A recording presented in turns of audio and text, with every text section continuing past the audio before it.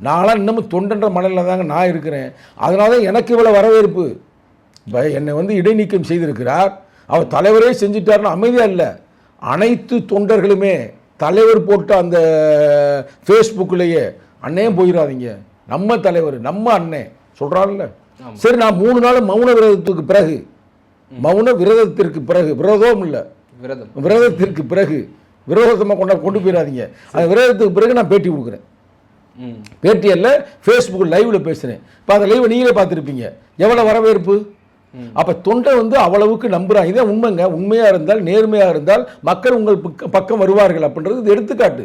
இப்போ தலைவர் வந்து என்றைக்குமே என்னமா சொல்லுவார், என்கிட்ட சொல்லிக்காரு, நான் பொறுப்பு தாப்பா கொடுப்பேன், ஆனால் அந்த பொறுப்பை டெவலப் பண்ணி நீ மக்கள்கிட்ட போய் வென்றெடுப்பது உங்கள் கையில் இருக்குது, உங்கள் கையில் இருக்குது அப்படின்னு தொடர்ந்து பேசுவார். கற்றலும் கற்பித்தலும் கடமையாதல் வேண்டும், அந்த கடமையில் தலைவர்கள் உருவாதல் வேண்டும். நீங்கள் தலைவரை உங்களை வளர்த்தெடுங்க. நான் தொண்டர்களை தேடி வரவில்லை, தொண்டர்களை உருவாக்க வேண்டும் என்பதற்காக வரவில்லை, தலைவர்களை உருவாக்க வேண்டும் என்பதற்காக தான் தொடர்ந்து நான் மக்களிடம் வருகிறேன்னு தொடர்ந்து பேசினார். இப்போத்தான் நான் ஒரு தலைவராக உணர்கிறேன். இப்போ அதெல்லாம் பார்க்கும்போது தெரியுது, தலைவருக்கு எனக்கு நல்லதாக செஞ்சிருக்கிறாரு. என் உரையை எனக்கே தெரியாமல் இருந்துச்சு. சரிங்களா, ஒரு தொண்டனை போலத்தான் செயல்பட்டேன். ஆனால் நீ தொண்டன் இல்லடா, நீ ஒரு தலைவன்டா அப்படின்னு இந்த தலைவர் என்னை உயர்த்தி இருக்கிறார்.